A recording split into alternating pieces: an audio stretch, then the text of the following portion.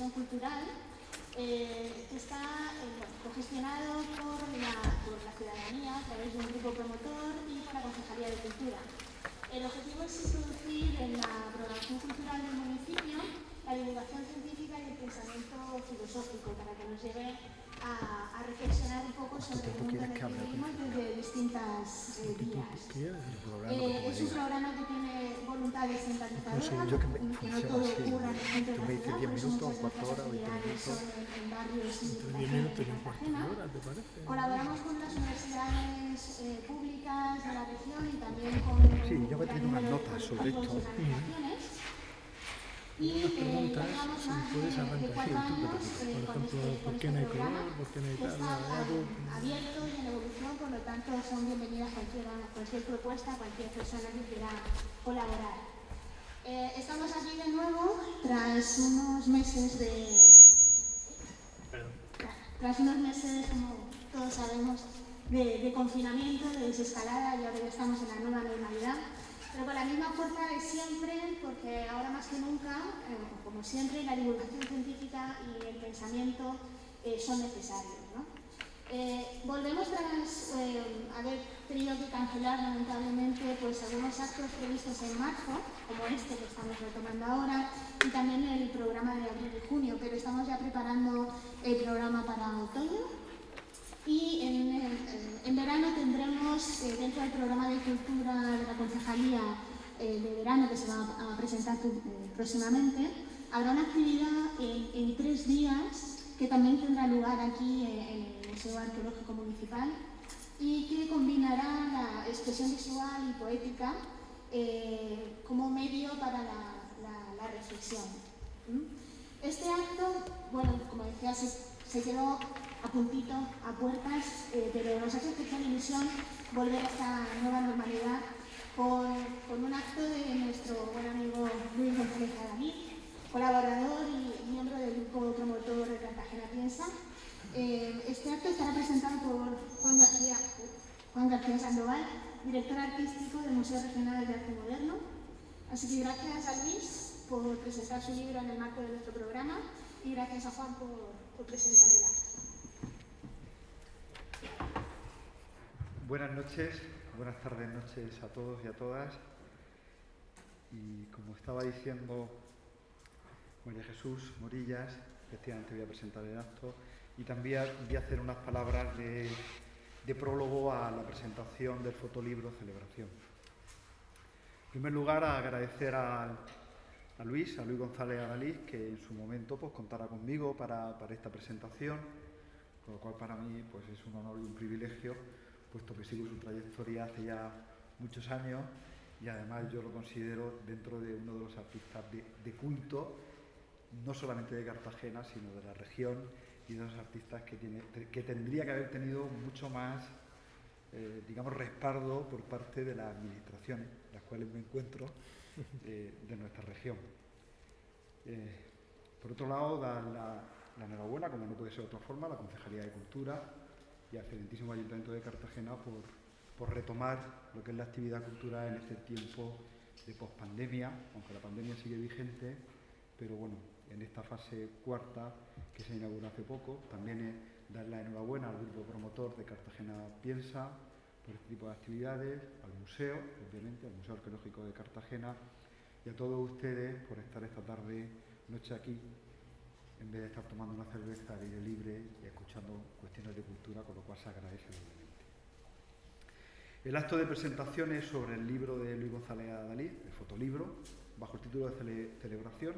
Yo me he traído mi ejemplar, que pude adquirirlo en la Feria de Madrid, Jazzmat, en febrero de este año, antes de que se iniciara el proceso del coronavirus. Este libro estaba en uno de los stands allí en aquella feria y bueno, en aquel momento yo no sabía que iba a presentar a Luis en el libro posteriormente, pero pude adquirirlo como un objeto o lo que llamamos una obra de arte.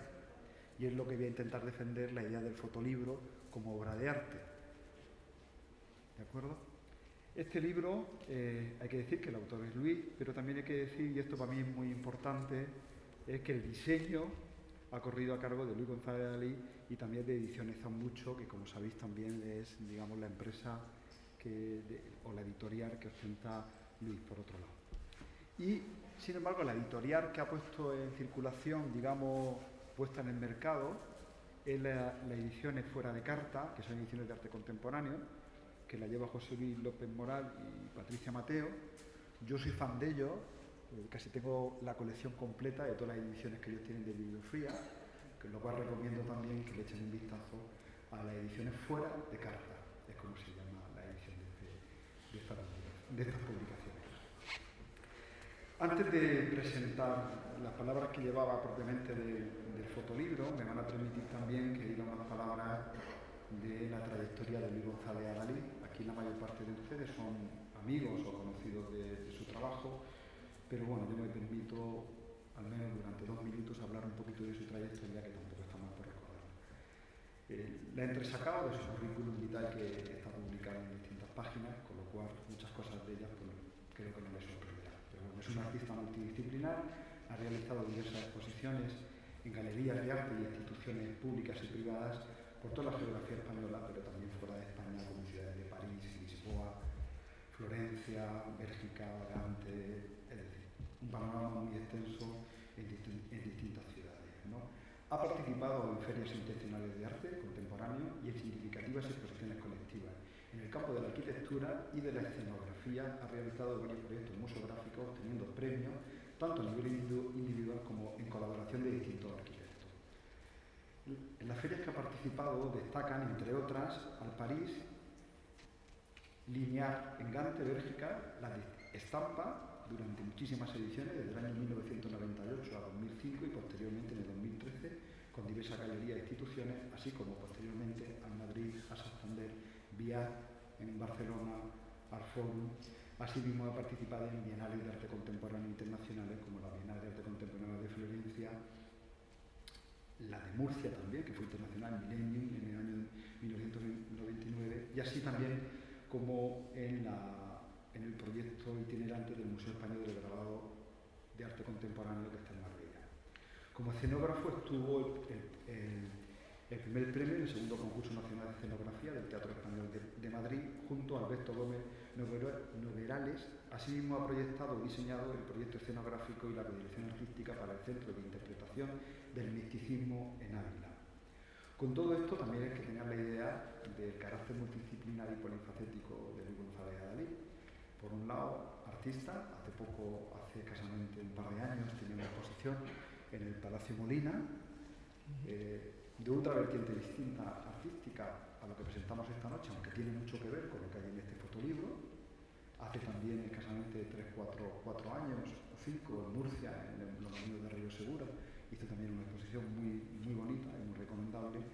Y luego, pues, digamos, sus diversos intereses que van relacionados con la museografía, con lo museológico, con la narración en contar historias dentro de los museos, en la escenografía, por otro lado, y luego también una parte muy importante suya es como editor de gráfica y poesía contemporánea con su editorial Zambucho, en los cuales ha tenido mucho reconocimiento, y si no la conocen les recomiendo que busquen en las distintas páginas web.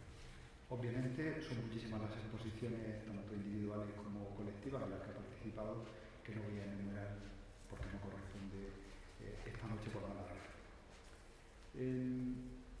Las palabras que yo tenía pensadas para Luis eran sobre todo introducirnos un poquito en el fotolibro, ¿no? Yo el fotolibro tuve la oportunidad de visionarlo, nada más adquirirlo, en la feria que les decía de Madrid, de arte contemporáneo, el Jazz Más, y de poder disfrutarlo durante toda la semana, incluso la oportunidad en el confinamiento de verlo un par de veces, con lo cual porque sirve también para reflexionar. De hecho, yo en su momento preparé unas palabras para Luis, prácticamente de esas palabras no he utilizado nada, y he tenido que reescribir después de 3 meses lo que pensaba decir, ¿no? Realizar un fotolibro, que es la obra de arte que vamos a presentar esta tarde aquí, implica conocer las claves de la narrativa visual y de este tipo de formato, ¿no? En este sentido, cuando hablamos de este tipo de formato, lo que diferencia entre otros de los que tenemos presentes, de un libro, ¿de acuerdo?, o un catálogo de arte. Y eso es lo que voy a tratar de contarles muy brevemente. Yo tuve la suerte de, cuando estuve en el Museo de Bellas Artes de director, del Museo de Bellas Artes de Murcia, de conocer a muchos fotógrafos, premios nacionales que pasaban por el Museo de Bellas Artes, los cuales estuvimos durante muchos fines de semana haciendo talleres a puerta cerrada, y muchos de esos talleres eran talleres de fotolibro. Yo recuerdo especialmente dos talleres, uno con Navia y otro con Castro Flores, que es Premio Nacional de Fotografía, y me imagino que para muchos de ustedes les puede sonar, ¿no? Con lo cual, cuando cayó en mis manos el fotolibro de Luis, más allá de contener imágenes, ya les aviso que no hay texto, solamente van a encontrar fotografías muy bien editadas, en este sentido, que luego ya posteriormente, en el diálogo que establezcamos con Luis, podemos hablar de la técnica que he utilizado, técnicas de edición y todo esto. Más allá de contener imágenes, Luis lo que busca es contar una historia, ¿no? Y es donde reside la clave. ¿Qué trato de decirles con esto? Lo importante de un fotolibro es, de la serie que se escoja, es cómo somos capaces que, conforme ustedes van viendo una imagen detrás de otra, va creando una secuencia narrativa, y esa secuencia narrativa va creando una historia. La historia que en este caso Luis nos quiere contar. Como somos espectadores, podemos captar la historia que nos quiere contar Luis o no, en muchos casos, ¿no? Yo voy a contar la que he intentado averiguar de lo que ha contado en este caso Luis, ¿no? Muy importante las claves que se pueden encontrar en un fotolibro. Por un lado, obviamente, el libro de la palabra, por otro lado, las claves del diseño y la fotografía. Las tres cosas son importantes. Y la idea y la narrativa en este sentido, ¿no? Lo que trata de evocarnos es un sentimiento, obviamente, en este caso el fotógrafo, el creador, pero también es muy importante la parte del editor, porque el editor también dice finalmente cómo se presenta el fotolibro en la obra de arte, ¿vale? Aquí también, anteriormente, cuando presentaba a Luis, ya les decía una pista. El caso de Luis, aunque la edición ha corrido a cargo de Fuera de Carta, hay que decir que Luis también es editor de libro, con lo cual ya les anticipo que no he estado al margen conociendo sus ediciones de bibliofilia que tiene de Ediciones Zambucho. El relato que contiene el libro. La narrativa, lo que podríamos llamar la narrativa visual. Es decir, el montaje, los tamaños, los formatos de las distintas fotografías que lo componen, ¿no? Y también posteriormente le preguntaremos a Luis, o les invito a que le preguntemos también las distintas etapas de la creación, ¿vale? Yo voy a hablar del proyecto final, pero es muy importante que nos cuente luego cómo ha surgido todo esto, ¿no? Siempre la idea del artista en este sentido es poder comunicar y lo que quiere transmitir, ¿no? Luis siempre ha tenido una especial atención por las publicaciones, y cualquiera que lo conozca, y muchos de ustedes son amigos suyos, donde a mí me consta por las veces que habla con él y también por su íntimo amigo Pedro Manzano, que está aquí, pues se divierten mucho hablando de publicaciones, de libros. Simplemente se pueden tirar días para decidir qué tipo de papel escogen para una publicación. No están discutiendo el color, solamente el tipo de papel. Ya les puedo decir el resto cómo puede ser, ¿no? Pero con esto sí quiero situarles que él se ha situado en el otro lado también, ¿vale? Es decir, él es el creador, el artista del fotolibro, pero también ha dejado parte de la edición al cuidado de otros editores, ¿no? Este proyecto, bajo el título de Celebración, donde entra en juego la naturaleza, el entorno, el territorio, la poesía, entendiendo como la poesía visual, en este sentido, donde la huella humana está presente mediante la fotografía, ¿no? Entrando dentro de la crítica de arte, su trabajo para mí gira en torno, lo primero que van a encontrar ustedes es la idea de lo que podríamos llamar el rastro y la huella, ¿no? Yo he intentado buscar, y él no habla mucho de rastro y huella, no sé por qué, si no, a lo mejor no le gusta mucho a él, y por otro lado, lo que llamamos la construcción y la representación, y cosas que sí le gusta a él mucho, los temas de memoria y los temas de identidad. Y ha enlazado las tres cuestiones. Voy a la primera, rastro y huella. Rastro y huella producida en este caso de una forma natural o por las personas en su transitar o en las acciones humanas del trabajo o de vida diaria en las distintas épocas. Esto es mucho lo que vamos a encontrar aquí. A él no le interesa la representación en sí de las mismas personas, de hecho en el libro no van a encontrar ninguna persona fotografiada, sino lo que le interesa es la representación de la identidad como algo propio, es decir, el terruño, ¿vale? Es decir, el territorio, lo cercano.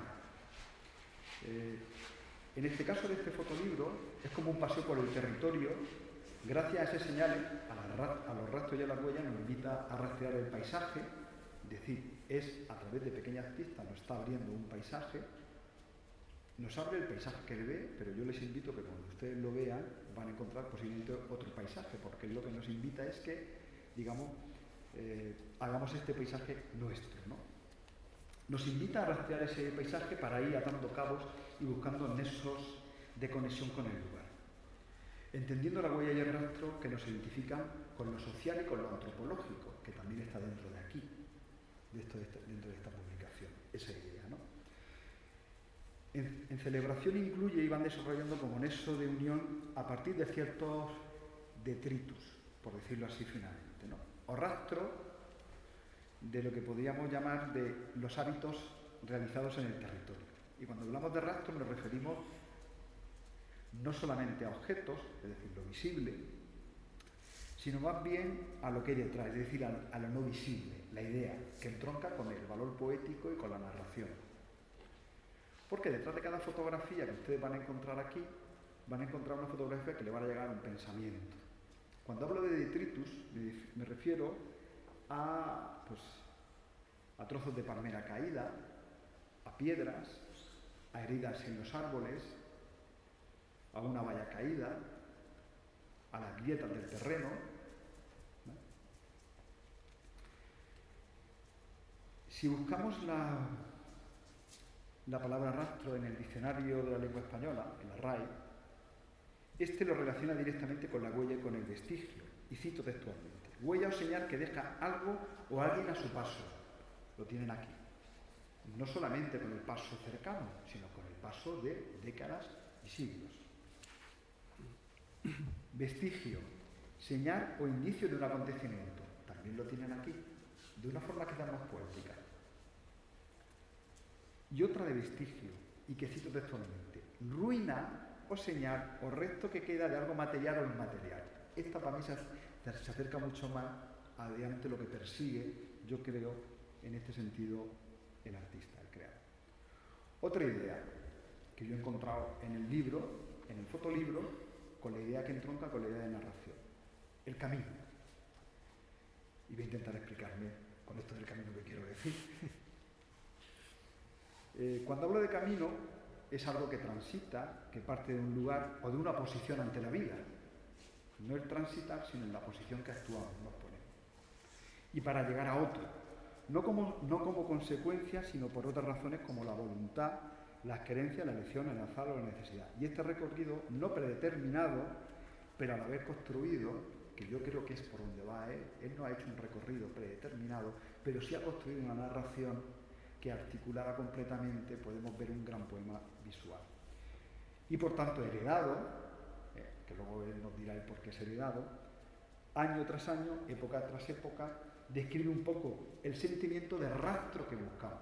Y cuando digo rastro me refiero a la identidad que él ha puesto en juego, porque él quiere hablar del nosotros. Él habla del yo, porque él se identifica en este libro como algo personal y autobiográfico, pero quiere hablar de nosotros. Es un rastro en continuo movimiento, un rastro que lleva consigo una acción y nos invita a recorrer y a observar y a indagar. Es decir, requiere, cuando ustedes vean este fotolibro, requiere no pasarlo como si estuviéramos viendo la revista de Lola, discúlpenme, sino requiere la voluntad de querer acercarse a una obra de arte. Y tienen que entenderlo de esa forma. Para ello, la experiencia directa con el entorno y el territorio da lugar con el reencuentro con el paisaje, que yo entiendo que es la periferia de los alrededores de Cartagena, con zonas industriales en ruinas, árboles caídos, matorrales secos, restos de atocha Y ya les anticipo que hay una tocha que destaco, o un matorral seco, dentro del libro. El libro tiene 2 trípticos, no sé si son 62 páginas o 64 páginas, pero el libro tiene 2 trípticos, o lo que podríamos llamar en murciano 2 desplegables, para que me estoy entendiendo más fácil, que son maravillosos, y este es precioso, maravilloso, que es la única fotografía que está altamente saturada de luz, a propósito, porque lo que quiere es celebrar con nosotros el encuentro. Bueno, he dicho la única y alguna más, pero bueno, es la que más, en este caso, es evidente. En este caminar, recorriendo estos paisajes que nos presentan en forma de rastro y huella, para mí, que yo soy nacido en Mula y conocedor de la región de Murcia, me identifico con los rastrojos, también con las malas hierbas, con las cañas caídas, ¿no? Y con todos estos elementos de detritus, ¿no? En el camino, Luis nos invita a recorrer, hacer un recorrido que se convierte en algo poético: las grietas de la tierra, la herida de los cortes de la rama de un árbol. Celebración va más allá, no es un paisaje, no son las atochas, los rastros, las huellas ni el camino. Celebración está en la mirada, es decir, en la mirada que nosotros pongamos. Por lo tanto, es una construcción cultural, que es donde radica la idea de paisaje, y como el paisaje lo construimos en la medida de lo que somos capaces de construirlo y de darle forma. De ahí les invito que reflexionen tranquilamente cuando vean esta obra de arte. Anteriormente les comentaba que las fotografías de celebración, en celebración carecen de personajes, es decir, de personas, porque el personaje principal es él. Es un libro autobiográfico, aunque él no habla de autobiografía, pero es autobiográfico. Él se identifica en las formas, en los detalles del paisaje, y son las voces de un territorio que dan forma. Él le quiere dar forma al territorio. En este caso lo da voz en una forma de obra de arte. Sus fotografías nos dejan entrever que son fragmentos de porciones de territorio. ¿Por qué digo porciones de territorio? Porque van a encontrar muy pocas fotografías de paisajes extensos. Es verdad que hay una muy bonita, que se ve una vista en horizontal y se ve un paisaje con un gran árbol, pero todo lo demás son casi primeros planos o fragmentos o detalles. De ahí la idea de fragmento, de esas porciones del territorio, que han sido moldeadas, percibidas e interiorizadas a lo largo de décadas. Llenas de lugares que encarnan la experiencia, lugares que se convierten en significado, símbolos que expresan pensamientos, ideas y emociones varias. Es decir, celebración nos presenta el mundo que ve Luis, pero también de alguna manera una construcción de este mundo, una forma de verlo. El paisaje es una construcción social y cultural. Me gustaría hablarles también de lo emocional, porque este libro de arte también tiene mucho de emocional. Luis, en su forma de hacer el camino y de la observación, es una vía de acceso al conocimiento y también hacia la experiencia estética. Adentrarse en celebración es una experiencia estética y polisensorial. Este territorio, el libro, el fotolibro, que vemos, está lleno de sonidos, olores, sabores y de impresiones sensoriales cargadas de contenido espacial y temporal, que también nos llevan a imaginar el paisaje y en especial a los elementos que están ocultos en el mismo. Es decir, tenemos que hacer una introspección cuando entremos en el mismo. En la vista del espectador, es decir, de todos nosotros, cobra varias dimensiones. Es otro viaje, es otro camino. Cada uno lo identificará o hará una forma de ver el libro que tenemos aquí. La idea de celebración como obra de arte queda abierta, por lo tanto, para que el espectador, es decir, el otro, nosotros, quien en definitiva decida cuál es de sus muchos significados, es su apropiado. Para ello, como bien es necesaria la inmersión, el roce, no digo dormir con él, pero sí hay que rozarlo, hay que usarlo, ¿de acuerdo? El contacto físico, para sentir y restituir el lugar, que es lo que pretende Luis en este sentido.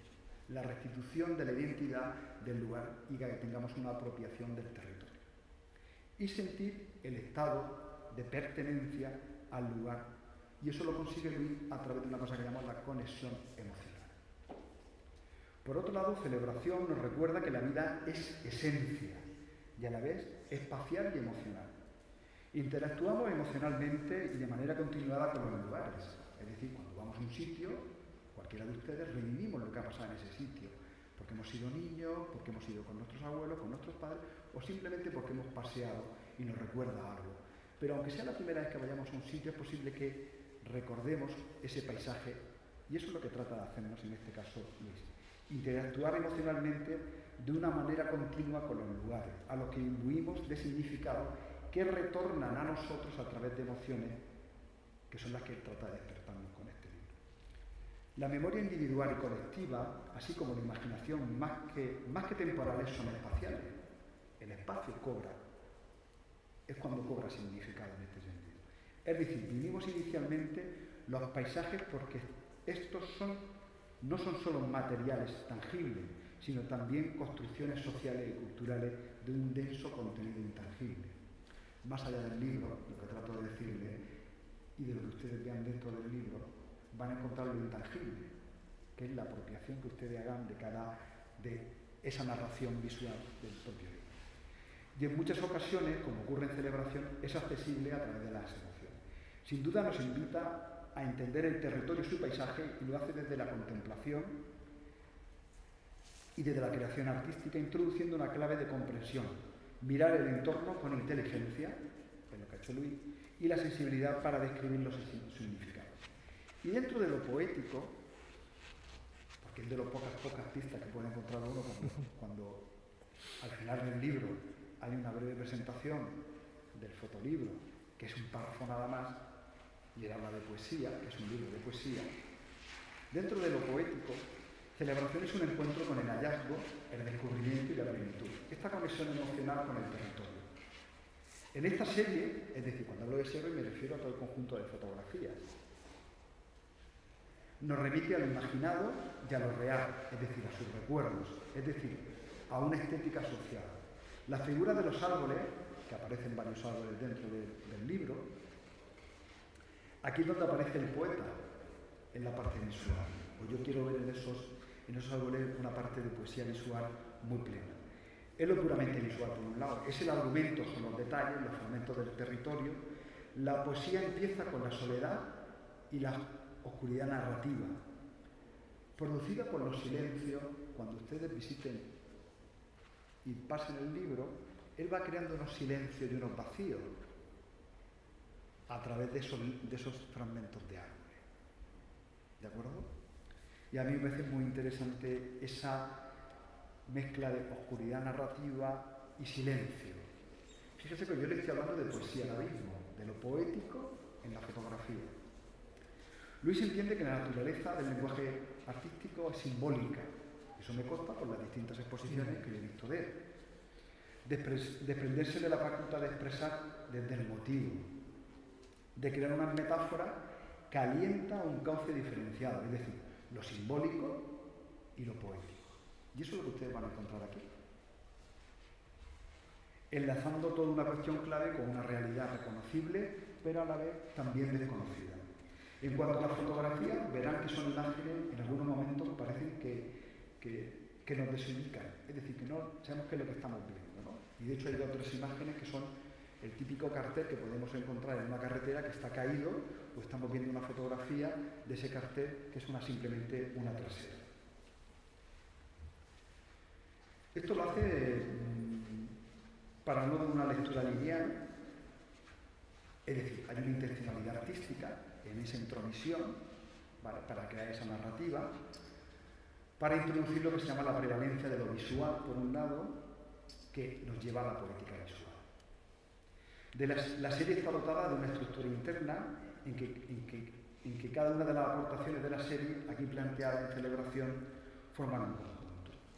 Cada imagen puede ser vista como un poema visual independiente e íntegro al mismo tiempo, pero al mismo tiempo cada imagen se puede ver como una de las partes de un icono de un poema visual. En consecuencia, se pueden ver poemas visuales individuales que forman parte de un poema completo que es celebración, de una forma conjunta. Con esto que quiero decirles que también pueden deleitarse perfectamente con algunas de las fotografías, que que son poemas visuales claramente, y es la intencionalidad que él tiene, pero dentro del conjunto forma, digamos, un gran poema. Parte de la imagen silenciosa, parte de un silencio meditativo, donde la imagen es silenciosa, ¿no? Y esto lo digo porque casi todos van a encontrar, también ayudado por el tono de oscuridad de la fotografía, son imágenes que conforman una poesía visual interna. Es decir, tienen que mirar un poquito más allá, que es lo que trata de acercarnos en el artista. Y que le dan sentido a sus silencios. Ya para terminar, decía el filósofo Ortega y Gasset que si alguien quiere enseñarnos una verdad, que no nos la diga, que nos ponga en una situación tal que nosotros mismos podamos acertar a descubrirlo. Y eso es lo que ha hecho Luis con Celebración. No nos dice cuál es su verdad, pero nos la muestra, ¿no? Y luego en Zalea Dalí, en Celebración, parte de ese reencuentro con el territorio, y eso es lo que nos enseña. Gracias.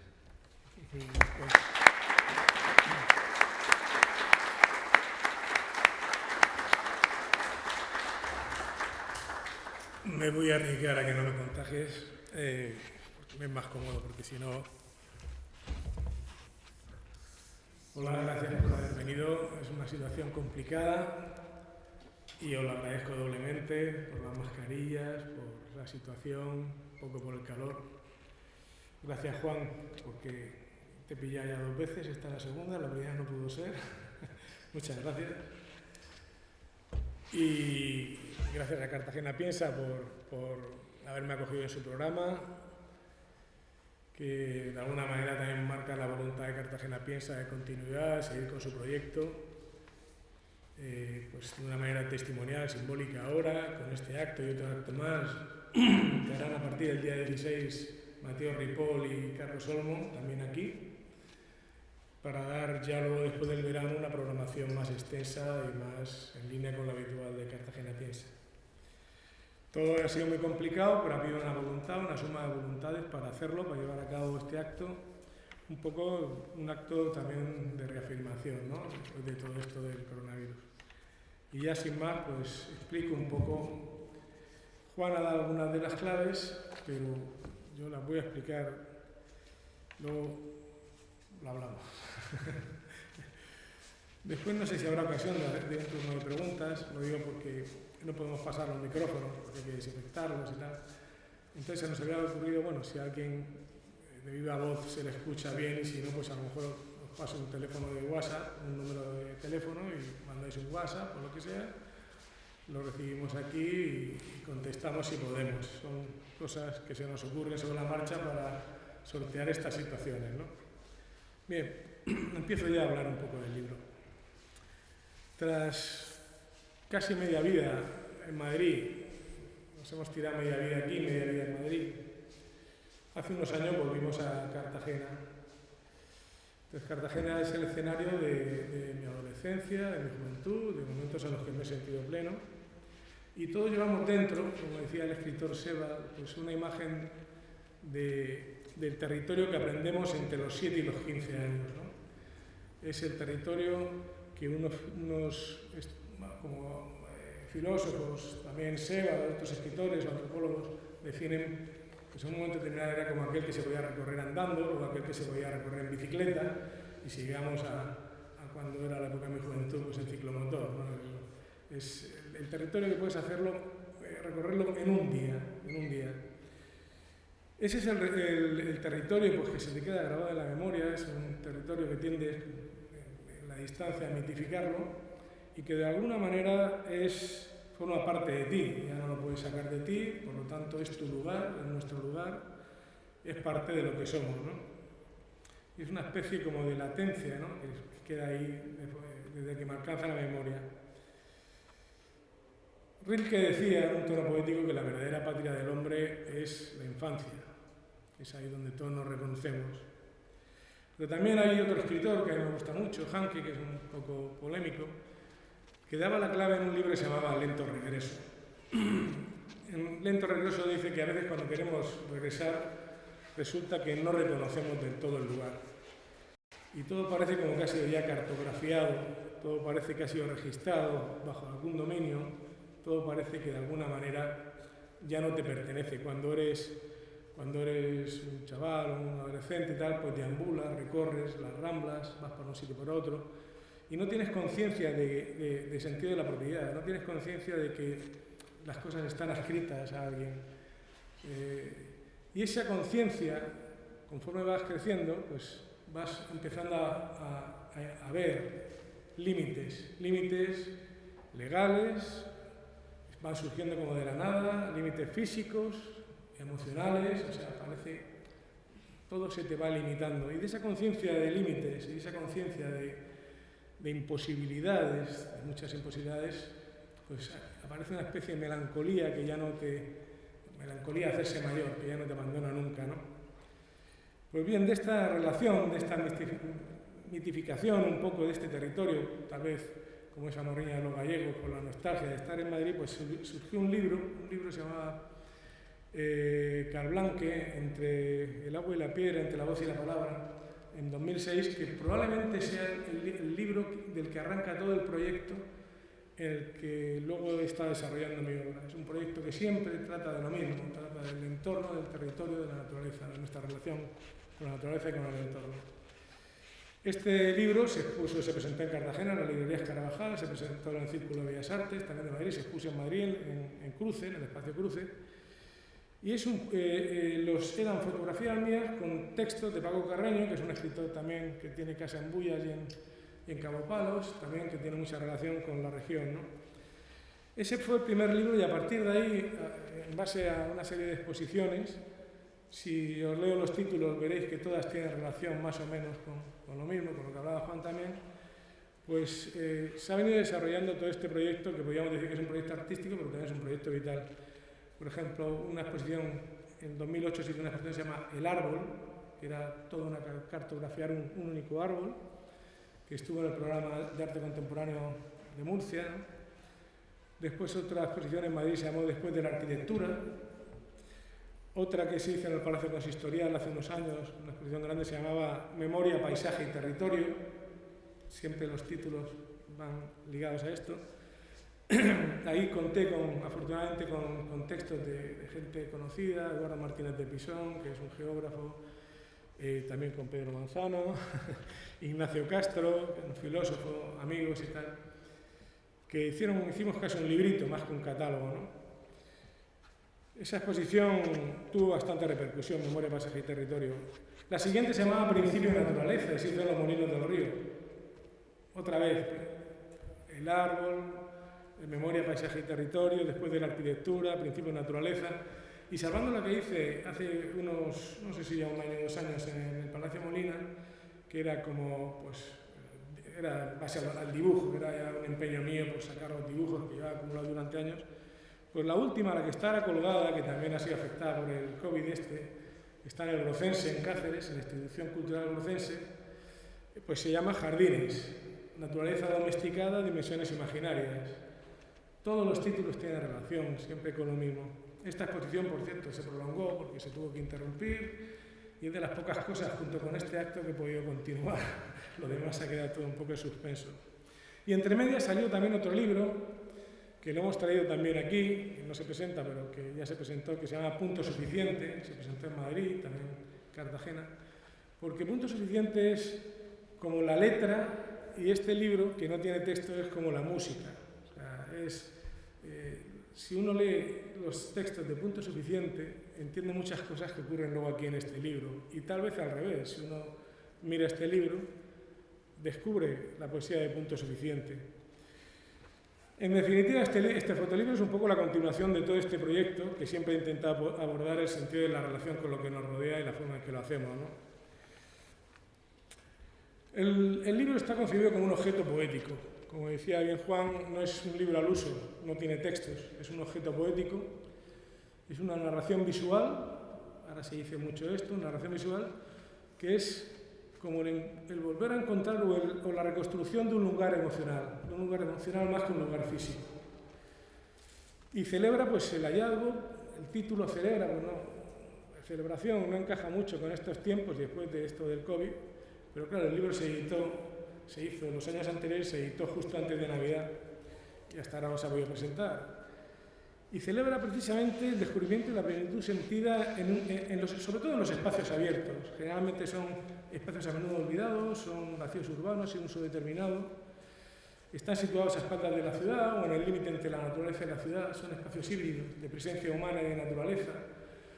¿Quién se come a quién? Cuando el ser humano abandona un espacio, enseguida la naturaleza le coloniza, en cuanto la naturaleza se descuida, el ser humano la aplasta y la hormigona, ¿no?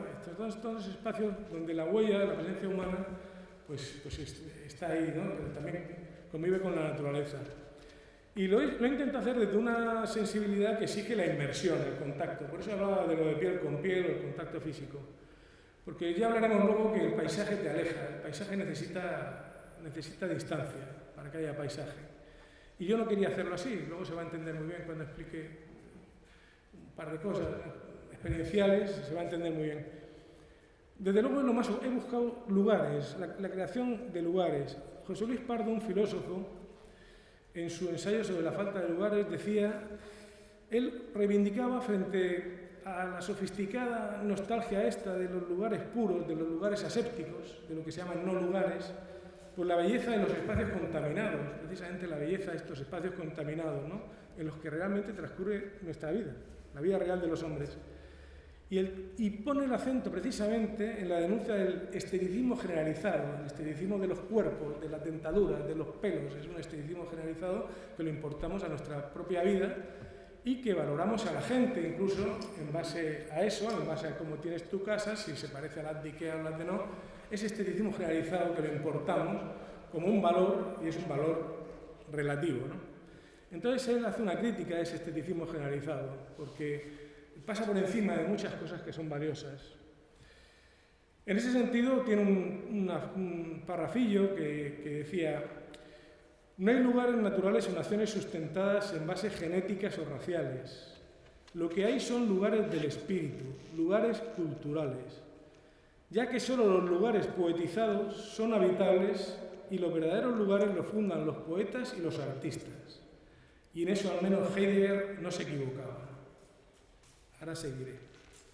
Esta noción de no lugar, que era de Marc Bouquet, un francés, como concepto antropológico que define la sobremodernidad, esa ya no modernidad, sí, sino sobremodernidad, que ha acabado con tanta globalización, derrocando los lugares, al final los hemos sustituido por no lugares o lugares de tránsito, todos diseñados siempre bajo unas condiciones estándar, de tal manera que no distinguimos un pueblo con el otro, no distinguimos, en la plaza principal acaban aterrizando las sucursales, el otro, al final siempre la misma arquitectura y uno ya no distingue.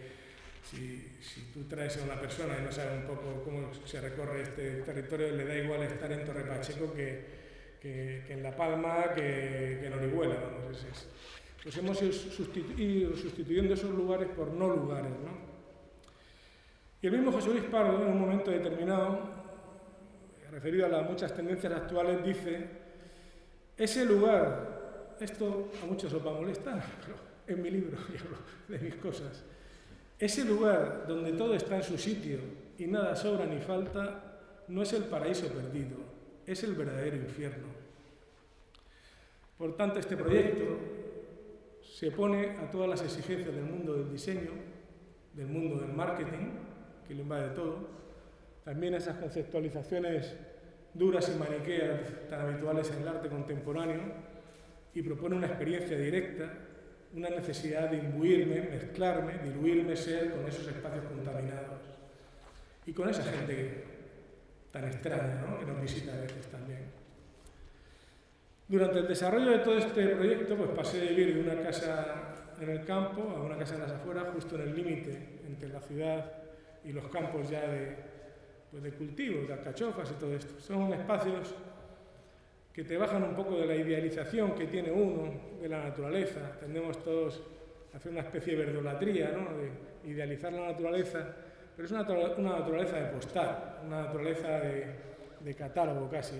No es la naturaleza normal, no es la que uno se encuentra por ahí, y menos en estos espacios, estos territorios tan secos y austeros, ¿no? Es otra belleza. Lo que propone estos territorios es la resistencia, el resistir ante la sequedad, ante el viento, ante todo, esa resistencia. El libro, cuando retrato estas cosas, habla de esa resistencia, ¿no? Y al respecto, para que se entienda mejor, escribí un texto que titulé Variaciones sobre un texto de Ignasi de Solá Morales, un texto que él le llamó Terrain-Bach, que yo retitulé El Descampado. Lo leo y así sabéis en qué territorios hablo, en qué territorios se mueve el libro. Escribí en su momento: un lugar de límites cambiantes, situado de espaldas a la ciudad, al otro lado de muros y alambradas, en vacíos urbanos olvidados, desolados, sin uso determinado, donde parece predominar cualquier presente, cualquier aquí y ahora, sobre la memoria gris más reciente y sobre cualquier atisbo de pasado. Polvo eres, lugar no lugar desnaturalizado, de materia y tiempo inciertos, ajeno a la actividad regulada de la ciudad y de sus estructuras productivas, de la que recibe diariamente muestras de sus olvidos y de sus desechos, y cuya modernidad dura lo que tarda en pasar el camión de la basura. La no presencia de cualquier poder en este sin lugar invita a negar su vigilancia. La inseguridad llama a la vida de riesgo, la desprotección a la errancia, el desorden urbano y la ausencia de uso llaman a la renuncia, a la impropiedad, a la indefinición de pertenencia y actitudes. Las imágenes de la naturaleza en estos lugares son confirmaciones de su extrañeza y los posibles problemas estéticos y éticos que suscitan, sobre todo entre los que se saben ordenados y se quieren propietarios, esquivan cualquier problemática estructurada de la tan consensuada vida social contemporánea. Bien, tras muchos años acumulando fotos, escritos y apuntes, al final quise darle forma a todo este recorrido, a toda esta experiencia, y lo quise hacer de una manera exenta de toda retórica y de todo adorno, porque tampoco encontraba mucho adorno por donde paseaba. Y desde el silencio, esa es una de las razones por las que el libro no tiene texto. A la manera del paseante, desde la contemplación, no desde lo discursivo, como algo meramente visual, no literario, sin texto, pensé que se pueden comprender las cosas sin palabras. Es cierto que pensamos con palabras y es muy difícil articular un pensamiento sin palabras, pero nos podemos remontar al antes del antes, a antes de las palabras, que se comprendían también y se entendían las cosas sin hablar, sin discursos, ¿no? Una necesidad de una comunicación no escrita, no dicha. Ese es el lenguaje a veces de los pintores y de los fotógrafos. Es un lenguaje no discursivo. A veces sobran las palabras, aunque yo las incluyo mucho en mi obra. Tal vez no se pueda pensar sin palabras, pero sí se puede comprender, ¿no? Decía Antonio Gamoneda, es uno de mis poetas preferidos, que se puede comprender sin pensar. Mi hermano, en un texto que escribió, que nunca publicó, falleció, para explicar cómo alguien, para escribir o describir cómo alguien explicaba una obra de arte moderno a un lego, a alguien que no sabía o que sabía muy poco de arte moderno, le recitaba el final de un poema de Antonio Gamoneda. El poema se titulaba Existían tus manos. El final viene a decir: como se comprende un fruto con la boca, una luz con los ojos. Yo recuerdo el poema, lo voy a recitar, o lo voy a ver si no me falla la memoria. El poema se titula Existían tus manos. Está en Exentos, de Antonio Gamoneda, lo podéis encontrar ahí. Y decía: un día el mundo se quedó en silencio. Los árboles arriba eran hondos y majestuosos, y nosotros sentíamos bajo nuestra piel el movimiento de la tierra. Tus manos fueron suaves en las mías, y yo sentí la gravedad y la luz, y que tú vivías en mi corazón. Todo era verdad bajo los árboles, todo era verdad. Yo comprendía todas las cosas como se comprende un fruto con la boca, una luz con los ojos. Difícilmente se puede expresar mejor como se comprende un fruto con la boca, una luz con los ojos. Difícilmente se puede expresar mejor ese comprender sin pensar. También otra filósofa, Chantal Maillard, hace poco decía que el lenguaje es un arma de doble filo, porque por un lado permite comunicar la realidad, pero como el lenguaje normaliza, también hace perder la auténtica dimensión de la realidad, de las cosas, ¿no? Esa dimensión poética en la que llevo empeñándome ya mucho tiempo. Es algo genuino mío hablar de esa dimensión poética. Y yo creo que también, como el mismo Gamoneda, que la poesía no es literatura. Gamoneda lo dijo en la residencia de estudiantes, dijo, poesía no es literatura. Poesía se basa en pulsiones, se basa en latencias, no se basa en construcciones. Los poemas se construyen, se pulen, se tal, pero poesía se basa sobre todo en pulsiones, en latencias. Y decía, no es literatura. Y yo estoy de acuerdo con él. Lo poético es una dimensión, no es literatura, no es la poesía de los libros. Lo poético es una dimensión que puede ser escrita o discursiva, como la de los libros, pero también puede ser visual, puede ser plástica, puede ser existencial, de comportamientos, como hacían los dandistas, hacían de su propia vida, de su comportamiento, una obra de arte, una obra poética. Pero también están las leyes de la física y también están los algoritmos matemáticos. Hace poco un libro de un premio Nobel, Frank Wilczek, un premio Nobel de física, pues habla de la belleza. Habla de la belleza de una manera que yo no he encontrado mucha gente hablando de una manera tan rotunda y tan verdadera del tema de la belleza. Es un físico, se llama Frank Wilczek. Puede ser un eco también, ¿no? Esa dimensión poética, o un aliento que más da, que se muestra de algo ancestral que se muestra de diferentes formas. Hay otro par de poemas de Gamoneda que también, de alguna manera, pueden servir de ejemplo para esto. Uno, por ejemplo, decía, estoy desnudo ante el agua inmóvil, he dejado mi ropa en el silencio de las últimas ramas. Esto era el destino, llegar al borde y tener miedo de la quietud del agua. Otro, si me acuerdo, porque también hubo un tiempo en que la lluvia, este ya no me acuerdo. Bueno, son poemas que quedan abiertos, poemas que quedan como suspendidos en el aire. No, hubo un tiempo en que mis únicas pasiones eran la pobreza y la lluvia. Ahora siento la pureza de los límites y mi pasión no existiría si dijese su nombre. Son poemas que quedan abiertos, literalmente cerrados, completados, pero sin embargo su sentido queda en el aire, queda suspendido, ¿no? Esto de que queden las cosas suspendidas en el entendimiento también es otra cosa de la que quiero hablar luego. En realidad esa dimensión poética puede que no sea más que posibilidad, conciencia de posibilidad, ¿no? Posibilidades que se abren a otras posibilidades. Capacidad generativa, ¿no? En el principio era la posibilidad, y la posibilidad posibilitó el tiempo, y en el tiempo el acontecer. Algunos aquí han visto un vídeo, este es como titulé un texto del comienzo de un vídeo que lo han conseguido ver algunos de aquí. Una escritora portuguesa, Sofía de Melo, eterna candidata al Nobel, escribía también de una manera poética esa sensación de encontrarse, cuando vas a la naturaleza, de encontrarse las cosas y el sentido de las cosas en la naturaleza.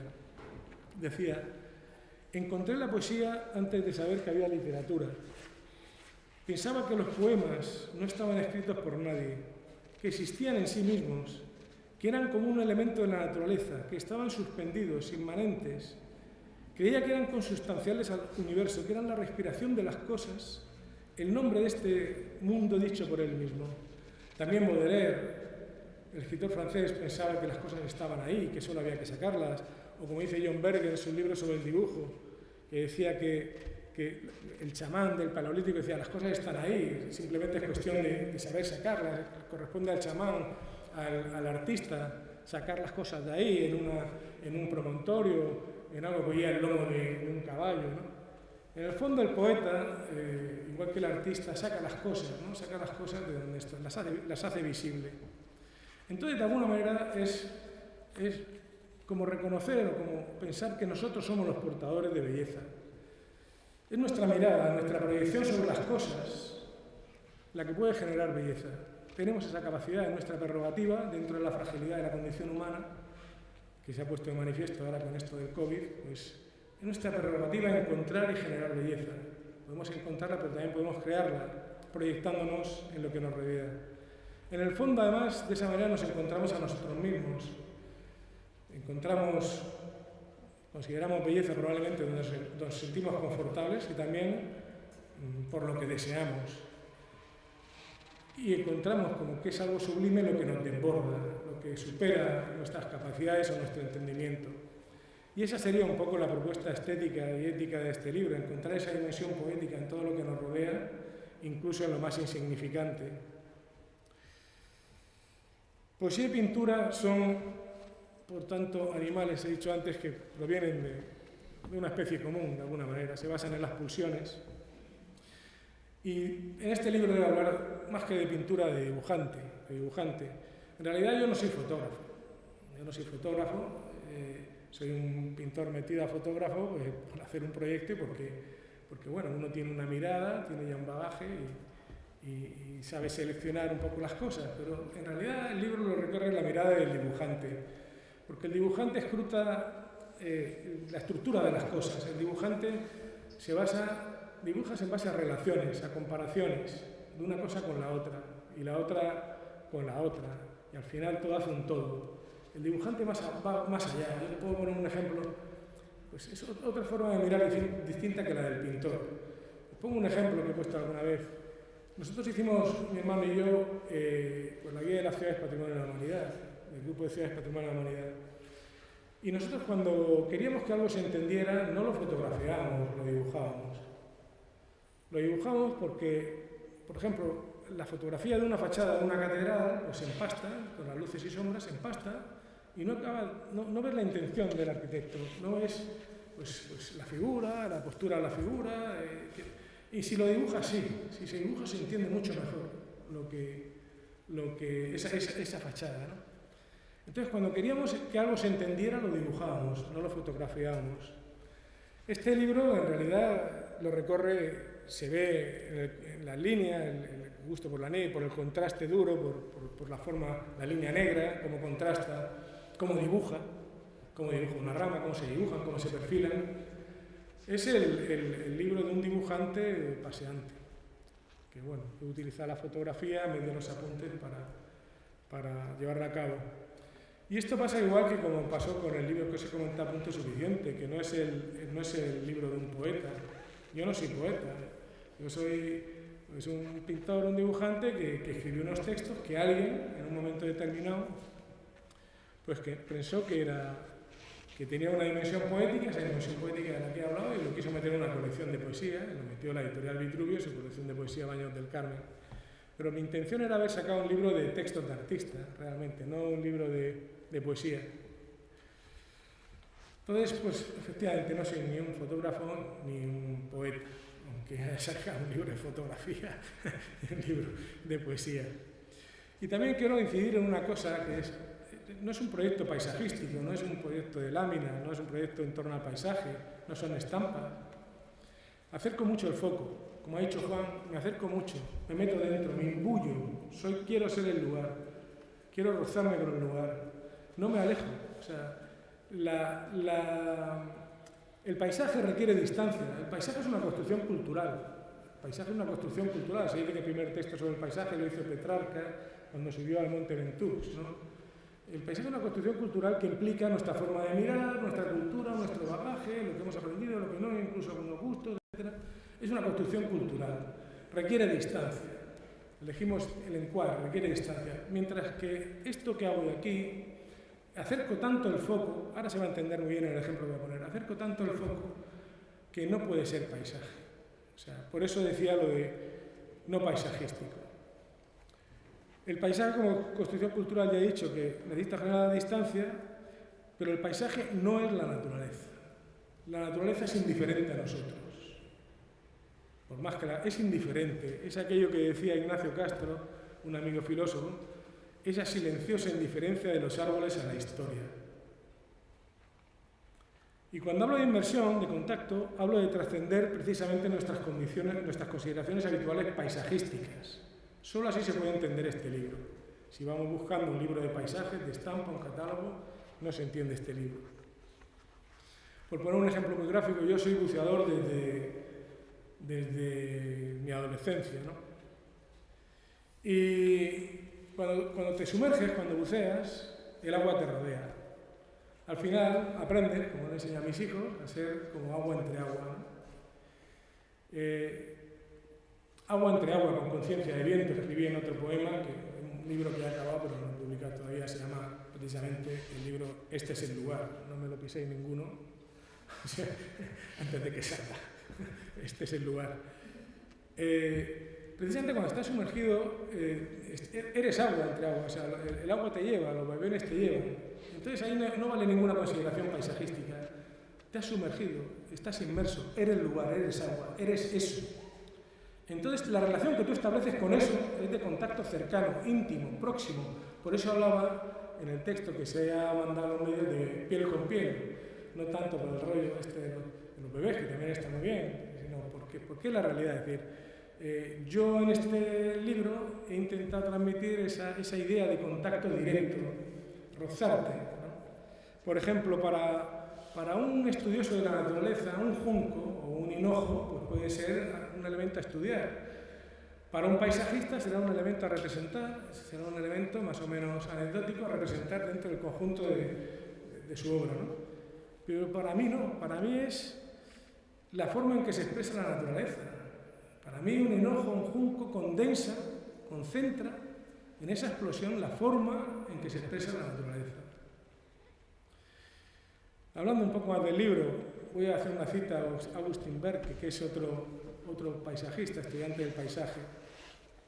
En un libro que se llama Pensamiento paisajero, este personaje es medio magrebí, medio francés, de estos personajes que han dado tanto a la cultura francesa como lo dio, por ejemplo, Albert Camus, ¿no? Y él decía, somos un ser medial. Esto también se entenderá bien, esta actitud. No solo somos ese cuerpo animal frente a un mundo objeto. La mitad de nuestro ser es nuestro cuerpo medial, es decir, justamente ese mundo, que no es un simple entorno físico, sino un medio humano. Y en ese territorio, en ese medio humano, componente, como decía al principio, de mi realidad ya, porque lo llevo dentro, en realidad es el mismo, pues me han sucedido las cosas más importantes de mi vida y además lo más importante es que siempre ha sido en contacto con otros. Lo que me ha sucedido es más importante en mi vida ha sido siempre en contacto con otros. En una entrevista a La Vanguardia lo dijo Jordi Sabal hace unos meses, ¿no? Hablo en realidad de un territorio que, ya lo sabéis, ha estado sometido a una presión industrial, urbanística y turística que es difícilmente sostenible. Al final se han concentrado tristemente en esta tierra, no voy a poner el foco en nada ni en nadie, pues hay una serie de acontecimientos que en muy pocos kilómetros cuadrados pues son un verdadero desastre. Pero lo peor además es que eso se traslada de alguna manera también, buena parte de la población pues se ha sentido partícipe colateralmente de la fiesta y al final se ha apuntado a este estado de cosas, ¿no? Pero claro, ¿quién no se apuntaba a esa marea que llevaba asociados conceptos como progreso, riqueza o dinamismo? Es tiempo de despertar de eso. El modelo, pues es tiempo de despertar, de ponerlo por lo menos en cuestión, de repensarlo. Es tiempo de pensar ese modelo, porque es un modelo que además con el paso del tiempo se ha pervertido un poco y al final lo que tiende es a desacralizarlo todo, a banalizarlo todo, a bajarlo todo al suelo. De alguna manera desacralizar la tierra. Yo me acuerdo que tenía un jardín, pues un ejemplo un poco anecdótico, teníamos una casa con jardín en Los Dolores antes de irnos a Madrid, esa casa la iban a vender y nosotros la teníamos de alquiler, entonces la quería comprar pues un contratista de ahí del pueblo, de Los Dolores, cuando todavía era un pueblo, ahora ya mucho más grande. Y entonces yo le decía, bueno, ¿usted realmente le gusta la casa? ¿Le gustan estas palmeras? ¿Le gustan estos árboles y tal? Y dice, no, si yo voy a meter la pala por un sitio, la voy a sacar por el otro. Buena parte de la población se ha prestado a eso, forma parte de la fiesta. Entonces, eso también, en el arte, al final, el arte, algunos artistas, ya no sabemos dónde ubicarnos, porque el mercado del arte ahora mismo está entre lo chic y lo kitsch. Esa ganas de apariencia, de aparentar más de lo que eres, esa utilización de falsas apariencias, de falsos materiales, esa cierta piedra, cierto mármol, ciertas balaustradas, cierto tal, ese kitsch, pues va por un lado, pero lo chic, si no tienes un Barcelona no eres nadie, va por el otro. Y entonces entre ese chic, si no tienes un Barcelona no eres nadie, que se basa en el papanatismo precisamente, en los medios de comunicación, de la cultura del dominical, y entre el kitsch, de esa necesidad de aparentar, pues nos manejamos los artistas o los poetas como podemos. Realmente encontramos a veces una mala una mala ubicación. Al final se ha banalizado tanto todo va relacionado, que hemos fragmentado, manipulado la realidad. Y cuando fragmentamos y manipulamos la realidad, fragmentamos y manipulamos la verdad. Y yo recuerdo que, por ejemplo, esa cultura de la que venimos todos, la cultura griega, belleza y verdad eran intercambiables, eran lo mismo. Luego, cuando fragmentamos la realidad, fragmentamos la verdad, fragmentamos la belleza. Y fragmentando la belleza, nos fragmentamos a nosotros mismos. De ahí esa especie de ansiedad, a pesar de esta cultura del confort, que a veces sentimos cuando miramos ciertos paisajes o ciertos territorios. Decía Jorge Riesman, una cultura que corre para no hacerse preguntas es esta, en la que el adulto ha dejado de creer en otra cosa que no sea el nivel de vida. Pues esta cultura un poco del exceso y la acumulación produce también una estética acumulativa, a tono con ese gusto por el exceso y la acumulación. Y entonces es esto, el kitsch, este papanatismo, como un poco digamos, el reflejo de esa ostentación de esos logros sociales. Y claro, yo no voy a hacer aquí crítica política, no es el momento ni de ningún tipo, pero como artista, como poeta, como elemento sensible, es muy difícil permanecer o construir esos espacios a salvo, personales, en esta especie de hermosas excepciones, esos territorios a salvo, ante un mundo que quiere ser tan moderno por encima de todos. Esa sobremodernidad de la que nos hablaba al definir los no lugares del mar Augué, ¿no? Se va relacionando todo. Un sacerdote, Ernesto Cardenal, yo lo recomiendo a los creyentes, a los no creyentes, escribió un poemario maravilloso que se llama Canto Córnico, que lo presentó en la Casa de las Américas, en Madrid, entre otros sitios. Yo tuve la suerte de asistir. Y decía, el sentido eminentemente práctico, funcional de esta sociedad parece haber renunciado a acariciar un instante de belleza. Porque hablar de belleza en esta sociedad, que por bello solo entiende lo deseable, o lo monumental, o lo cultural, o lo dominical con colorines, a menudo genera sospecha y rechazo, y normalmente se considerará como algo cursi, pero curiosamente por los mismos que luego se ven los culebrones del cari, mi amor, cariño, de toda esta palabrería barata. Y son unos esquemas de pensamiento similares a los que pintan en los morros de los aviones, pues el de Walt Disney, o de Blancanieves, en los mismos aviones que luego bombardean a lo mejor con napalm, ¿no? Es esa misma cursilería, ese mismo no entender las cosas, que al final se traslada, este Walt Disney que se traslada al morro, es un paradigma, al morro de un avión que acaba bombardeando con napalm. Pues eso, hablar de belleza en esta sociedad, con estos criterios, encontrar ese territorio a salvo, los escritores, los poetas, no sé, es muy difícil, aquí hay algunos escritores, algunos poetas, algunos artistas, sabrán un poco de lo que hablo. Entonces esa búsqueda de la belleza es una forma de resistencia personal.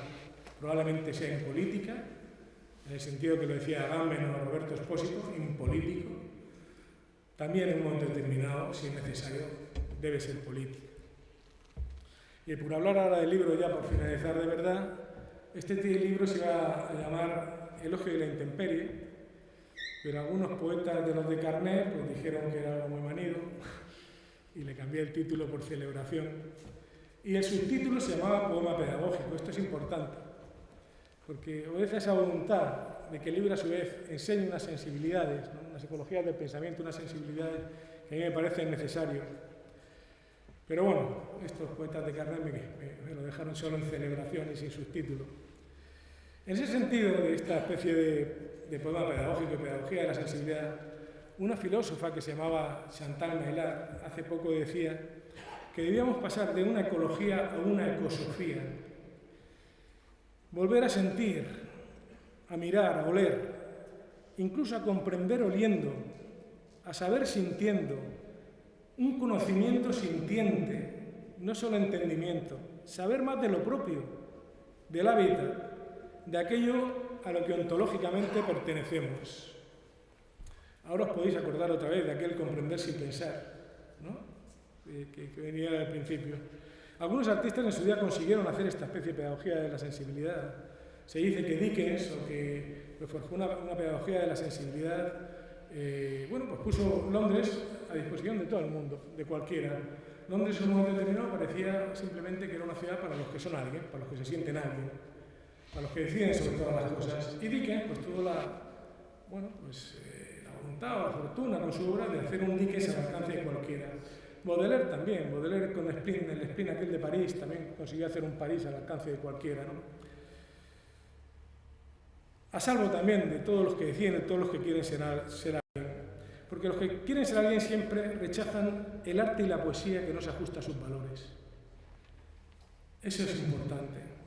En este libro hay poco espacio para ese tipo de gente, porque transita precisamente por lugares que exigen el anonimato, la disolución. Alguien dijo, era otro cura, yo no soy creyente, pero era otro cura, lo digo por los que hay aquí, era Thomas Merton. Thomas Merton era un monje trapense que fue uno de los amigos y profesores de Ernesto Cardenal. Pues a mí me cupo en suerte hacer el diseño, el proyecto escenográfico, la acción artística del Museo del Misticismo, del Centro de Interpretación del Misticismo en Ávila.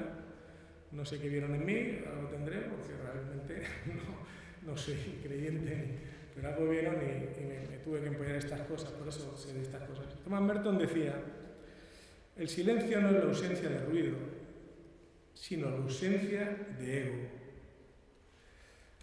El silencio no es la ausencia de ruido. Hace poco, en un libro sobre el silencio, Historia del silencio, no me acuerdo quién lo escribió, la mayoría de los autores que citaba decían que esa especie de letanía, a veces de los pájaros o del viento en las ramas, todo esto no es ruido, es silencio. Es una de las formas del silencio. El silencio cero no lo podríamos soportar. El silencio cero no lo podríamos soportar. Decimos muy fácilmente infinito, decimos muy fácilmente cero, decimos muy fácilmente Dios quiere, ni más ni menos, decimos muy fácilmente muchas cosas. El silencio cero no se puede soportar. Entonces estos historiadores del silencio dicen que hay muchas formas del silencio y algunas pues llevan aparejado ciertas letanías. Muchos músicos, John Cage en sus experimentos, saben que la repetición, las series, pueden en un momento determinado acercarse, aproximarse al silencio, a una idea de silencio. Saben que no, pero luego el silencio no es la ausencia de ruido, es la ausencia de ego. Hoy me preguntaban en la radio de cuándo me sentía más libre. Y dije, yo me siento más libre cuando estoy en estos espacios desolados, abandonados, de espaldas a la ciudad, estos descampados, estas ramblas. Pero desde que era joven. Y decían, bueno, ¿por qué? Digo, pues porque en estos sitios no eres nadie. No eres nadie, o sea, todo lo que eres, toda tu trayectoria. Le dije, yo es que estoy hasta las narices de ser Luis Adalid. O sea, voy a un sitio donde no quiero ser Luis Adalid. O sea, en estos sitios no eres nadie. Tu trayectoria no vale nada. Tu currículum no vale nada. Te lo vas a contar a ti mismo. Es una tontería, ¿no? Entonces, para mí eso es importante. Y además descarga de tus espaldas todo lo que se espera de ti. Porque de alguna manera, con tu imagen, con quién eres, con tu bagaje, todo lo que se espera de ti. Entonces, ese es el principio de la plenitud, de sentirte pleno. El principio de sentirte pleno es saber estar en espacios donde no eres nada, no eres nadie, tu trayectoria, tus pequeñas o grandes posiciones no son nada, donde también descargas tus responsabilidades, si no tus responsabilidades, al menos todo lo que se espera de ti, y ese es el principio de la plenitud. En estos sitios, además, como decía Borges, toda la erudición es una especie de una forma sutil de violencia, ¿no? Al final siempre es lo mismo, imbuirte, mezclarte, ser el sistema, ser el lugar.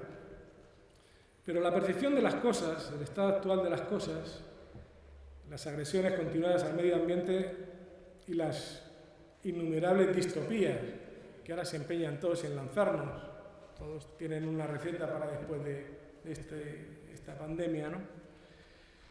Pues pueden inducir a la claudicación, pueden inducir al apartamiento. Me aparto y entiendo esto de irme por ahí como un apartamiento, como una especie de vuelta a otro exilio. Pero también este libro que estáis ahora aquí es una forma de resistir, como decía Hipólito, es una forma de resistir personal, pero que también puede inducir a formas de resistir colectivas. Hay tantas formas de resistir como formas de pensar y de actuar, y yo creo que también como formas de querer. como formas de querer. Entonces, ya estoy acabando en ese sentido, este libro pues también aspiraba a hacer una especie de acción artística, tener un carácter performativo y de alguna manera, estando vosotros aquí, ya ha cumplido su primer objetivo.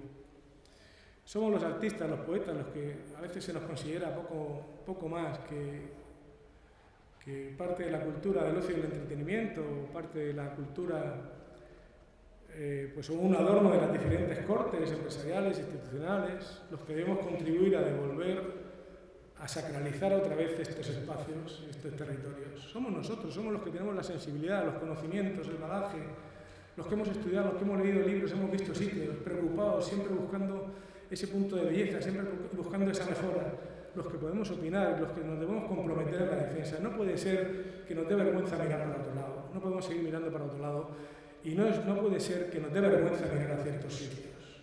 No puede ser, esto hay que corregirlo ya. Todos y cada uno, los primeros los artistas, tenemos que implicarnos en corregir eso ya. También es una respuesta clara, ese compromiso, esa resistencia y este libro a todos aquellos que de la arrogancia del desconocimiento siempre han mostrado una especie de forzada insensibilidad y aquellos que constantemente han sospechado del arte y la poesía, siempre han preocupado, se han preguntado ¿para qué el arte y para qué la poesía? ¿No? Bueno, pues para esto.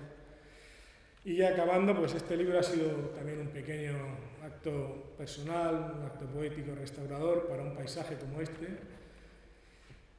seco, austero, a veces dramáticamente desnaturalizado, pero enormemente verdadero, que hoy habito y reconozco como propio. Es también otra forma de acudir al origen y entender más en estos momentos la vida como una celebración permanente. Gracias, eso es todo.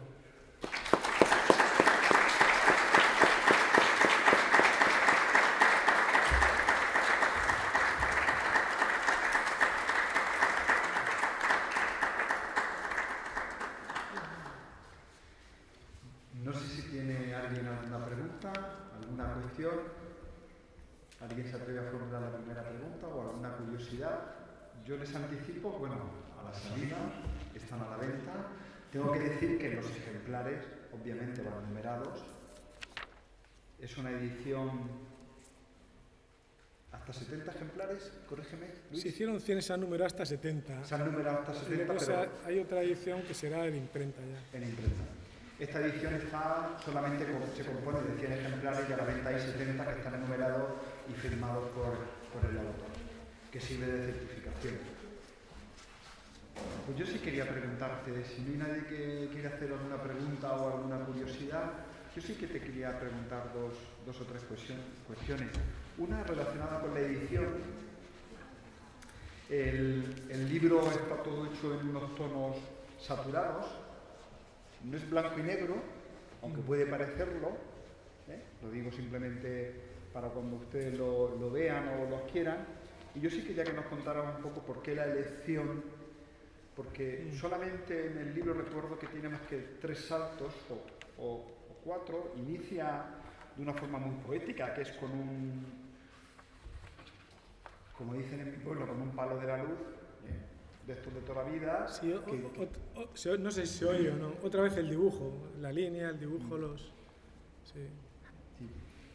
Pero solamente tienes 2 o 3 saltos, es decir, en la narrativa son a imágenes completas, a doble página, ¿de acuerdo? Con esos trípticos que les comentaba, pero tiene unos saltos. Entonces, yo te quería preguntar, a la hora de la edición, a la hora de la composición, es decir, todo esto lleva un trabajo visual de decir, esta quiero que vaya enlazando una foto con otra, ¿no? Para entendernos, ¿no? Pero tienes este tipo de fotografías, por ejemplo, esta a mí me gusta mucho, que es una fotografía obviamente muy pequeña, simplemente la pongo aquí para que vean lo que quiero decir. Estos pequeños saltos, que en este caso es la herida de un tronco, como han cortado la rama, está el tronco seco y se ve totalmente la herida. Te sigo atendiendo. Descarnada. Por si acaso han hecho alguna pregunta. No. Bueno, pues simplemente quería que me contaran un poco a la hora de la edición qué tiempo te llevó, cómo lo hiciste, porque esto es un proceso que puede parecer sencillo, y realmente la clave del libro, del fotolibro, está en la elección de la fotografía y en la colocación de las mismas. Luego está la composición y el diseño, ¿no? El libro, una de las voluntades del libro es que el que lo contemple le pase igual que a mí cuando paseo. Es decir, que se encuentra a sí mismo. Es un libro para contemplar, para disfrutarlo, para reconocerse, si los que sois de aquí, reconocerse en él, y para disfrutarlo, para encontrarse en el fotolibro. En eso también se basa a veces el tema de los fotolibros. En cuanto a cómo se ha hecho, pues mira, han sido muchos años seleccionando imágenes. He ido acercando el foco, a veces acerco al foco y entonces son imágenes muy de cerca. Y también he buscado muchas veces lo más expresivo gráficamente, por ejemplo, esa imagen. Eso es la explosión que os decía, que cualquier documentalista pues lo ve como lo estudia de una manera, para un paisajista es tal, y para mí es una explosión, una de las maneras en que se muestra la naturaleza, ¿no? Entonces siempre he ido buscando ese tipo de cosas. Por ejemplo, muchas veces he fotografiado hormigueros, he fotografiado el suelo, o a veces como me he encontrado por ahí, pues me he sorprendido. Vas educando el ojo, como cuando vas buceando, cuando haces pesca, ¿no? Cuando vas buceando, el ojo lo vas educando. Y al final acabas encontrando cosas que mucha gente pasa probablemente a diario y las pasa desapercibidas. Encuentras las tensiones, cohesiones, encuentras relaciones entre las cosas.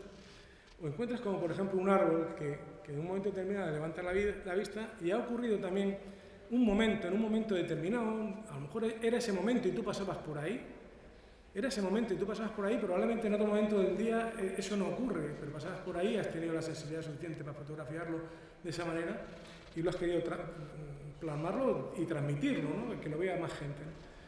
Entonces eso, con el paso del tiempo se ha hecho una selección, por supuesto, y siempre buscando pues unos códigos en los que está esa humildad que decías tú antes, esos espacios un poco abandonados, porque son espacios que están los espacios de la naturaleza, como Calblanc, que están muy cuidados y son naturaleza, los de la ciudad también, pero hay un espacio híbrido, un espacio intermedio, que suele ser sin un uso determinado, donde encuentras estas cosas y uno se siente libre. Y creativamente son muy potentes, tienen una potencia evocadora muy grande, ¿no? Y he ido pues observando y mirando y con lo que me he ido encontrando. Luego a la hora de confeccionar el libro, pues es un libro que ha sido una pesadez. Tardé menos casi en hacer el libro de poesía. Ha sido una pesadez porque vas dudando, o sea, a lo mejor no lo percibe el que lo ve, pero tú vas dudando, esta sí, esta no, y esta no, ¿por qué? Pues mira, porque esto está mostrando esto y esto muestra lo siguiente. En un momento determinado quieres hacer como en la música, quieres hacer un contrapunto, ¿no? Y quieres romper. Entonces, bueno, todo ese juego de cosas que llevamos los artistas en la cabeza y que cuanto más mayores somos nos sabemos más tontos, pues están un poco reflejados ahí, ¿no? A mí me gusta mucho Hay constelaciones, así arriba como abajo, hay constelaciones, encardos. He buscado constelaciones y las he encontrado, están ahí, parecen verdaderas constelaciones. Y claro, uno piensa y las va relacionando entre la fotografía y si tú oscureces más el fondo y te lo ponen, pues parece una auténtica constelación. Pasa mucho con muchas fotografías actuales de la ciencia, ¿no? Hay una especie de todo está en todo está relacionado con todo. Y a mí eso me interesa bastante, sí. Sí, yo te quería hacer otra pregunta. Sí. Va relacionada también si con la edición. Y ¿Sí? bueno, la primera parte del libro se ven esas constelaciones que son primeros planos pues, del matorral seco, de esos cardos, de esas cañas, de esas grietas. Pero luego hace aquí una especie como de cartografía, una especie de mapa. Son hormigueros, muchísimos hormigueros. Y yo quería que me lo contaras porque no llego a ver que en esta cartografía aquí de muchos primeros planos superpuestos al lado, Sí, como una especie de rompecabezas, es como para entenderlo es como si estuviéramos viendo una imagen desde Google arriba con muchos cuadraditos, con muchas pequeñas fotos. Es una especie de suma de cosas que acaban siendo como una constelación, ¿no? Es decir, una constelación, una suma de cosas, un conjunto. Y no sé si con este se me ve bien. ¿Sí? ¿Sí? Entonces, bueno, lo más humilde, lo más tonto que te puedes encontrar por ahí, me parecía que también podía ser lo más insignificante, como decía antes, podías encontrar belleza en lo más insignificante, ¿no? Y a lo mejor no es una belleza formal, no es una belleza como la de los griegos, ¿no? La belleza de la cultura de la forma. Es una belleza de comportamientos, comportamientos tanto del paseante, sorprendido con lo que se encuentra, como de valorar y poner en valor y elevarlo a la categoría de arte lo que te encuentras. Un simple hormiguero elevado a la categoría de arte, me parece importante. Es por ahí por donde se empieza a recuperar las cosas y a darle valor a las cosas. No tiene que ser todo árboles enormes, no tiene que ser todo inmensos paisajes, esa verdolatría, eso de que todo tiene que ser verde, que hemos importado, todo tiene que ser prados, no. Hay que respetar todo, desde el pajarico a lo más humilde. Y entonces, pues, en ese también Leonardo decía, ¿no? Aquello de que todas las partes hacen un todo, de que todo está en todo y todo está en las partes, ¿no? Pues esa suma de hormigueros también hace una especie de constelación. Probablemente ni las hormigas ni ese espacio sabrían que acabarían siendo una constelación. Y a mí me parecía que era labor del artista o del poeta, pues hacerlo, o sea, hacer de algo tan simple, tan sencillo, una constelación, ¿no? Y luego tienes estas fotos que, para entendernos, es la trasera de un anuncio de estos de carretera de toda la vida, de un gran anuncio de estos metálicos. Se ve la trasera, que es la estructura, unas viguetas metálicas, y luego a continuación se ve a doble página, como si estuviéramos viendo el mismo cartel, totalmente con digamos, esos vinilos o esa pintura totalmente que se está desconchando, ¿no? Y está, vamos, totalmente abandonado el cartel, ¿no? Sí, eso es una muestra de cómo, es una muestra de los abandonos y cómo la naturaleza vuelve a colonizar y por ejemplo, ese es un cartel inmobiliario que al final queda ahí arrumbado, tirado, abandonado,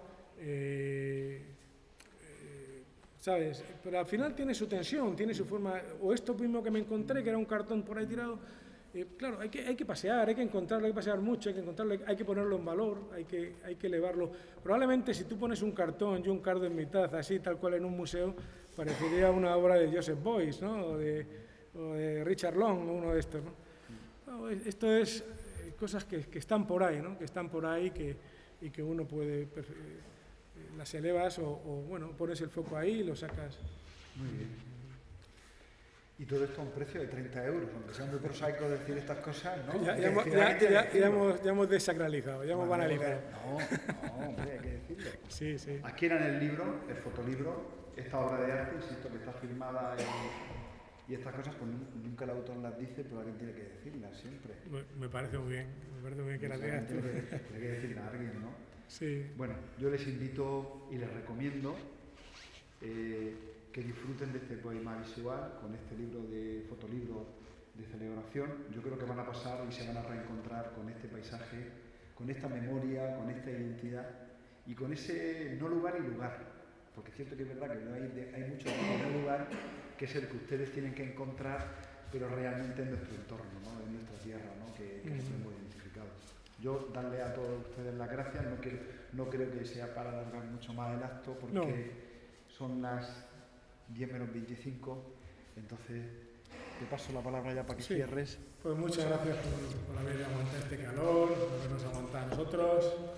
Este acto hecho en unas condiciones tan complicadas, gracias a Cartagena Piensa una vez más. Y nada, hasta siempre.